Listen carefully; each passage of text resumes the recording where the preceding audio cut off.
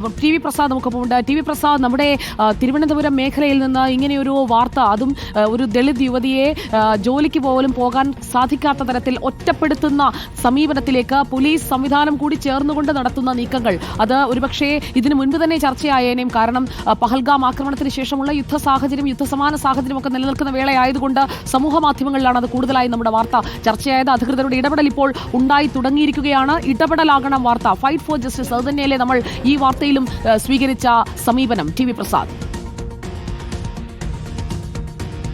ഉറപ്പായും സുജയ, അവരൊരു മാധ്യമത്തോട് ആദ്യമായി അത് തുറന്നു പറയുന്നതും അത് ലോകത്തോട് പങ്കുവയ്ക്കുന്നതും റിപ്പോർട്ടറായിരുന്നു. സുജയ പറഞ്ഞതുപോലെ പഹൽഗാം ആക്രമണത്തിൻ്റെ ഭാഗമായി ഉണ്ടായ തിരിച്ചടികളും മറ്റ് യുദ്ധസമാനമായ സാഹചര്യങ്ങളും എല്ലാമാണ് ഒരുപക്ഷെ വലിയ പ്രാധാന്യത്തോടുകൂടി മറ്റുള്ളവർ ആ സമയത്തത് ഏറ്റെടുക്കാതിരുന്നത്. പക്ഷേ ആദ്യ ദിവസം തന്നെ വളരെ പ്രാധാന്യത്തോടു കൂടിയാണ് ആ വാർത്ത സംപ്രേഷണം ചെയ്യുന്ന മുമ്പോൾ നമുക്ക് അത് കൈകാര്യം ചെയ്യാൻ കഴിഞ്ഞതും.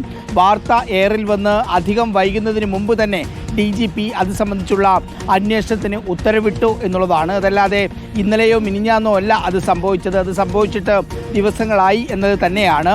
എന്തായാലും ഇങ്ങനെ ഒരു വാർത്ത നമുക്ക് സംപ്രേഷണം ചെയ്യാൻ കഴിഞ്ഞതിൻ്റെ അഭിമാനം നമുക്കുണ്ട് സുജയ.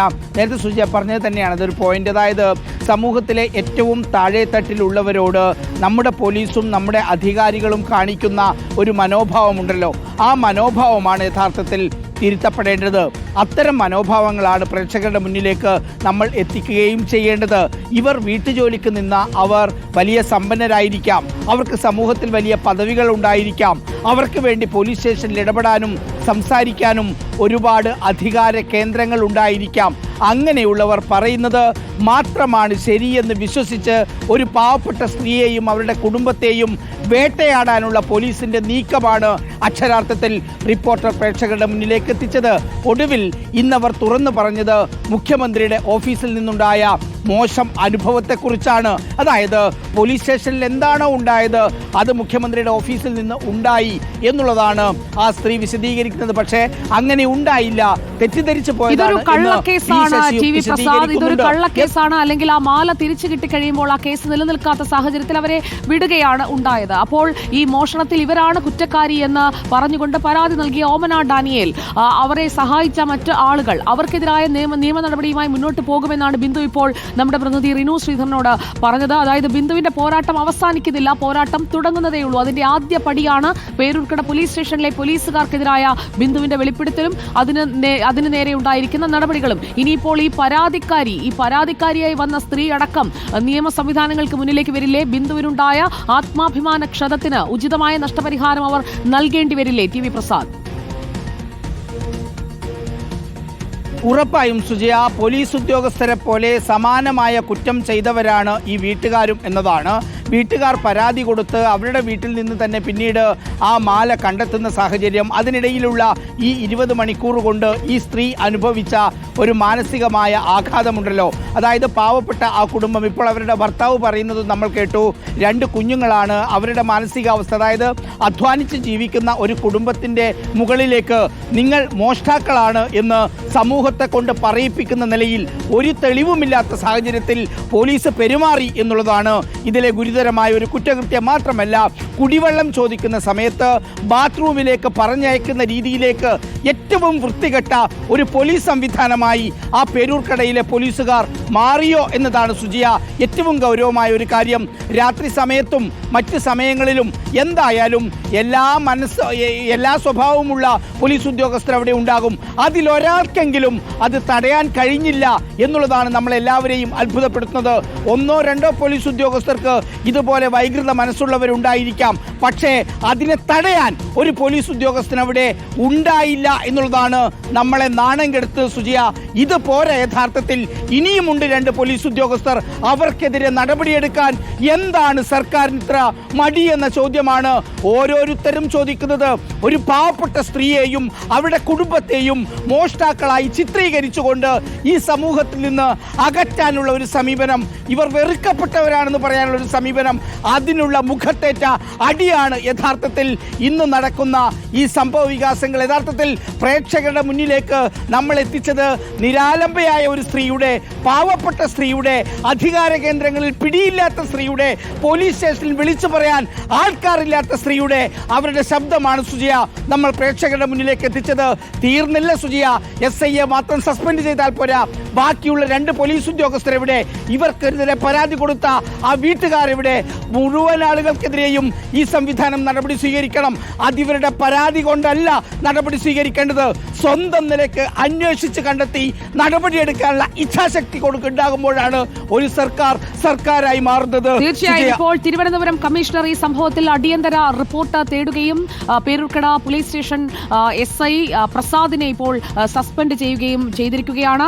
പേരൂർക്കട പോലീസ് സ്റ്റേഷനിലാണ് 20 മണിക്കൂർ നേരം ബിന്ദുവിന് കസ്റ്റഡിയിൽ ഇരിക്കേണ്ടി വന്നത്. ആ കസ്റ്റഡിയിൽ ഇരുന്ന സമയത്ത് മാനസിക പീഡനം ഉണ്ടാക്കുന്ന രീതിയിലായിരുന്നു പോലീസുകാരുടെ പ്രവർത്തനം. കാണാതെ പോയി, കളവ് പോയി എന്ന് പറഞ്ഞ ആ മാല അതേ വീട്ടിൽ നിന്ന് ലഭിച്ചിട്ടും ബിന്ദുവിന് ഒരു പ്രതിയെ പോലെ അവിടെ ഇരിക്കേണ്ടി വന്നു. അത് അവർക്കുണ്ടാക്കിയ മാനസികാഘാതം വലുതാണ്. അത്രയും മണിക്കൂറുകൾ ആ പോലീസ് സ്റ്റേഷനിൽ ഉണ്ടാകുമ്പോൾ കുറ്റാരോപിതരോട് കാണിക്കേണ്ട ഒരു ജനമൈത്രി, പോലീസ് എന്ന സംവിധാനത്തിലൂടെ കടന്നു പോകുമ്പോൾ കാണിക്കേണ്ട ആ ഒരു മമത, അങ്ങനെ ഒരു സമീപനം പോലീസുകാരുടെ ഭാഗത്ത് നിന്ന് ഉണ്ടായില്ല എന്നത് തന്നെയാണ് ബിന്ദു ഞങ്ങളോട് വെളിപ്പെടുത്തിയത്. ഈ മാസം 11-ാം തീയതി ഞങ്ങൾ സംപ്രേഷണം ചെയ്ത ബിന്ദുവിന്റെ ഈ പരാതിയെക്കുറിച്ചുള്ള, തനിക്ക് നേരിട്ട പീഡനത്തെക്കുറിച്ചുള്ള ആദ്യ പ്രതികരണം കാണാം. തീയതി മറക്കേണ്ട, മെയ് 11. വട്ടപ്പാറ ബൈജു എന്ന് പറഞ്ഞ സാറാണ് എന്നെ വിളിക്കുന്നത്. ഞാൻ അവിടെ ചെന്നപ്പോൾ ഈ പരാതി കൊടുത്തവർ SIയുടെ അടുത്തിരിക്കണം. ഞാൻ ചെന്ന് മാഡം, അപ്പോഴേ SI പറഞ്ഞു ഇവരെ മാല കണ്ടില്ല എന്ന് പറഞ്ഞു. ഞാൻ പറഞ്ഞു ഞാൻ എടുത്തിട്ടില്ല മാഡം, അങ്ങോട്ട് നീങ്ങിയിട്ടടി എന്ന് പറഞ്ഞു. അപ്പം ഇപ്പുറത്ത് കൊണ്ടുവന്ന് എന്നെ ബാഗെല്ലാം പരിശോധിച്ച്, എന്നെ ഫുള്ള് പരിശോധിച്ച്, പിന്നെ ഒരു വനിതാ പോലീസിൻ്റെ റൂമിൽ കൊണ്ടുപോയി എന്നെ ഡ്രസ്സെല്ലാം മാറ്റിച്ച് എന്നെ പരിശോധിച്ചിട്ട് ഇത്തിരി ചീത്ത പറഞ്ഞു. അവർ വണ്ടിയിലാണ് ഇവിടെ എന്നെ കൊണ്ടുപോവുകയും കുറച്ച് നേരം ഇങ്ങനെ ഇരിക്കുമ്പോൾ എന്നെ വീണ്ടും വിളിക്കും ചോദ്യം ചെയ്യാൻ. വീണ്ടും അവിടെ പോലീസിൻ്റെ അടുത്ത് ചെന്നിരുന്ന് മാല കൊടു നിന്നെ നാറ്റിക്കും എന്നൊക്കെ പറഞ്ഞ് ഒത്തിരിയൊക്കെ പറഞ്ഞു. പിന്നെ എൻ്റെ മക്കളെ പറഞ്ഞു. അത് അവർ ആരെയും കൂടെ ഇറങ്ങി അങ്ങ് പൊക്കോളും. പിന്നെ ജയിലിൽ നിന്ന് വിടത്തുമില്ല. പിന്നെ നാട്ടുകാർ എന്നെ സ്വീകരിക്കുകയില്ല. എൻ്റെ ഭർത്താവ് എന്നെ കളഞ്ഞിട്ട് പോയി വേറെ പോകാൻ കഴിക്കും. 4 പേരും കൂടെ റൂമിൽ കൊണ്ടുപോയിട്ടാണ് അവർ അടിക്കാനൊക്കെ വന്നു. ഭക്ഷണം 1-2 ദിവസം എനിക്ക് തന്നിട്ടില്ല. റിനു ശ്രീധർ നമുക്കൊപ്പം. റിനു ശ്രീധർ, രാജ്യം ഓപ്പറേഷൻ സിന്ദൂറിലൂടെ കടന്നു പോകുന്ന വേളയിലാണ് ബിന്ദുവിനെ റിനു ആദ്യമായി കാണുന്നത്. ആനാടുള്ള ബിന്ദുവിന്റെ വീട്ടിൽ അത്ര കാലം അവർ അനുഭവിച്ച വേദന എത്രയാണ് ഈ ദിവസങ്ങളിൽ. ആ 20 മണിക്കൂർ എന്ന് പറയുന്നത് 20 യുഗങ്ങൾ പോലെ അനുഭവപ്പെട്ടു എന്ന് കണ്ണീരോടെ ബിന്ദു പറഞ്ഞത് ആദ്യം റിനുവിനോടാണ്. ഇപ്പോൾ ബിന്ദുവിന് നീതിയിലേക്കുള്ള വാതിൽ ഒന്നൊന്നായി തുറന്നു തുടങ്ങുന്നു എന്ന ഒരു സന്തോഷമല്ലേ റിനുവിനും ബിന്ദുവിന്റെ വീട്ടിൽ നിൽക്കുമ്പോൾ തോന്നുന്നത്? തീർച്ചയായും ഈ വൈകാരികമായിട്ടുള്ള മുഹൂർത്തങ്ങൾ തന്നെയാണ് അന്നും ഇന്നും ഈ വീട്ടിലുണ്ടായത്. കാരണം ഈ സംഭവം നടക്കുന്നത് കഴിഞ്ഞ 23-ാം തീയതിയാണ്. വൈകുന്നേരത്തോടുകൂടി, ഉച്ചയോടുകൂടി പോലീസ് സ്റ്റേഷനിലേക്ക് എത്തിക്കുന്നു. അതിനുശേഷം പിറ്റേന്ന് ഉച്ചവരെ ആ പോലീസ് സ്റ്റേഷനിൽ നിർത്തി അതിക്രൂരമായിട്ടുള്ള പീഡനമുറകളായിരുന്നു പോലീസിൻ്റെ ഭാഗത്തു നിന്നുണ്ടായത്. അതിനുശേഷം 5-6 ദിവസങ്ങൾക്കപ്പുറമാണ് ഞാൻ ഈ വീട്ടിലെത്തി ബിന്ദുവുമായി സംസാരിക്കുന്നത്. ആ കണ്ണീർ നിറഞ്ഞ ആ സങ്കട കഥകളാണ് അവർ വിവരിച്ചത്. നമ്മൾ അല്പസമയം മുമ്പ് പ്രേക്ഷകരുമായി പങ്കുവച്ചതും. അതിനുശേഷം കഴിഞ്ഞ 11-ാം തീയതി നമ്മൾ ഈ ഇന്ത്യ പാക് യുദ്ധത്തിന് ശേഷം നമ്മൾ അത് പ്രേക്ഷകരിലേക്ക് എത്തിക്കുകയും ചെയ്തത്. അതിനുശേഷം ഇത് സമൂഹത്തിലാകെ ഏറ്റെടുക്കുകയും പൊതുപ്രവർത്തകരും രാഷ്ട്രീയ ഇടപെടലും ഒക്കെ തന്നെ നടക്കുകയും ചെയ്തു. അതിനുശേഷം DGP തന്നെ ഇതിൽ ഇടപെട്ടു. DGP കൃത്യമായി തന്നെ സൗത്ത് സോൺ IG നിർദ്ദേശം നൽകി ഇതിൽ കൃത്യമായി അന്വേഷിച്ച് റിപ്പോർട്ട് നൽകാൻ. തുടർന്ന് south zone IG Thiruvananthapuram cantonment ACPക്ക് നിർദ്ദേശം നൽകുകയും ACP സ്റ്റുവർട്ട് കീലർ ഇതുമായി ബന്ധപ്പെട്ട അന്വേഷണം ആരംഭിക്കുകയും ചെയ്തു. നിലവിൽ കണ്ടോൺമെന്റ് പോലീസ് സ്റ്റേഷനിൽ വിളിച്ചു വരുത്തി ബിന്ദുവിന്റെ മൊഴി രേഖപ്പെടുത്തുകയും ചെയ്തിട്ടുണ്ട്. ഇപ്പോൾ നമുക്ക് ഫോളോ അപ്പിലൂടെയും കടന്നു പോകണം. റിനു ശ്രീധർ, നമുക്ക് ഈ വാർത്തയിൽ ബിന്ദുവിന് നീതി ഉറപ്പാകും വരെ ബിന്ദുവിനെതിരെ പരാതി കൊടുത്ത് ബിന്ദുവിനെ ഈ ക്രൂരതയ്ക്ക് ഇരയാക്കിയ ഓമന ഡാനിയേൽ എവിടെയാണ്? അവർക്കെതിരെ നിയമ നടപടി ഉണ്ടാകുമോ? അതടക്കം നമുക്ക് അറിയേണ്ടതുണ്ട്. ടീം ട്രിവാൻഡ്രം ആ വിവരങ്ങളെല്ലാം പ്രേക്ഷകരിലേക്ക് എത്തിച്ചുകൊണ്ടേയിരിക്കും.